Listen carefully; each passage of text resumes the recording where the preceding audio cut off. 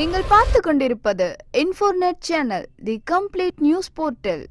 பொதுவா சோம்புக்கு நிறைய மருத்துவ குணங்கள் இருக்கு. இது நிறைய பேருக்கு தெரியறது இல்ல. அது எப்படி சோம்புக்கு எவ்வளவு மருத்துவ குணங்கள் இருக்கு அப்படின்னு சொல்லிட்டு பொதுவா ஹாஸ்டல்ஸ்ல எல்லாம் சாப்பாடு முடிஞ்சதுக்கு அப்புறம் ஒரு சிறு தட்டுல சோம்பை வைப்பாங்க. சிலர் அதை எடுத்து வாயில போட்டு சாப்பிடுவதை நம்ம பார்த்திருப்போம். இதன் அர்த்தம் நமக்கு எதுக்கு அப்படின்னு சொல்லிட்டு தெரியாது. அதாவது உண்ணக்கூடிய உணவை ஜீரணிக்க வைக்கக்கூடிய சக்தி சோம்புக்கு அதிகமா இருக்கு. எனவே எளிதில் ஜீரணமாகாத உணவுகள், அசைவ உணவுகள் போன்றவற்றை சாப்பிட்டீங்க அப்படின்னா சிறிது நேரம் கழித்து சோம்பை சாப்பிடுங்க. சாப்பிட்ட உணவால குடல்ல அலர்ஜி ஏற்பட்டு வாயுக்கள் சீற்றம் அடையுது. இதனால குடல் சுவர்கள் பாதிக்கப்பட்டு குடல் புண்கள் ஏற்படுது. இந்த புண்கள் ஆறணும்னா சோம்பை தினமும் உணவுல சேர்த்துக்கலாம். குடல் புண் நாளடைவுல சோம்பை அதிகமா சேர்த்துக்கிட்டோம் அப்படின்னா குணமாயிடும். அஜீரண கோளாறுகள், அப்புறம் வயிற்றுல வாய்வு தொல்லைகளால பாதிக்கப்படுறவங்க எல்லாருமே சோம்பு அதிகமா சாப்பிட்டா சரியாயிடும். அது மட்டும் இல்ல, சிறிதளவு சோம்பு அப்படி வாயில் எடுத்து மென்னோம் அப்படின்னா சிறிது நேரத்துல இடைவிடாது இருக்கக்கூடிய வயிறு வலி கூட சரியாகுமா. கருப்பை பாதிப்பு ஏற்படாமல் இருக்கிறதுக்கு சோம்பு ரொம்ப ஒரு முக்கியமான அம்சம்னு சொல்றாங்க. இதனால சில பேருக்கு குழந்தை பேரு இல்லாம இருக்கிறவங்க கூட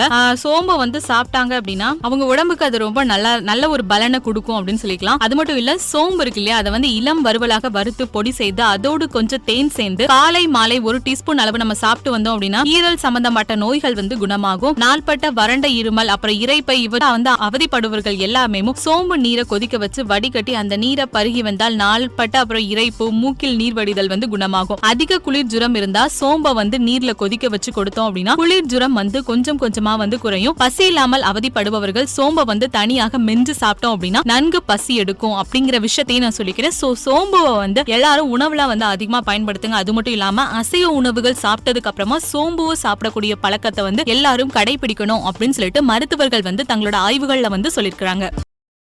இந்த வீடியோ உங்களுக்கு பிடிச்சிருந்தா லைக் பண்ணுங்க, ஷேர் பண்ணுங்க, கமெண்ட் பண்ணுங்க. மறக்காம சப்ஸ்கிரைப் பண்ணுங்க. பக்கத்துல இருக்க பெல் ஐகானை கிளிக் பண்ணுங்க.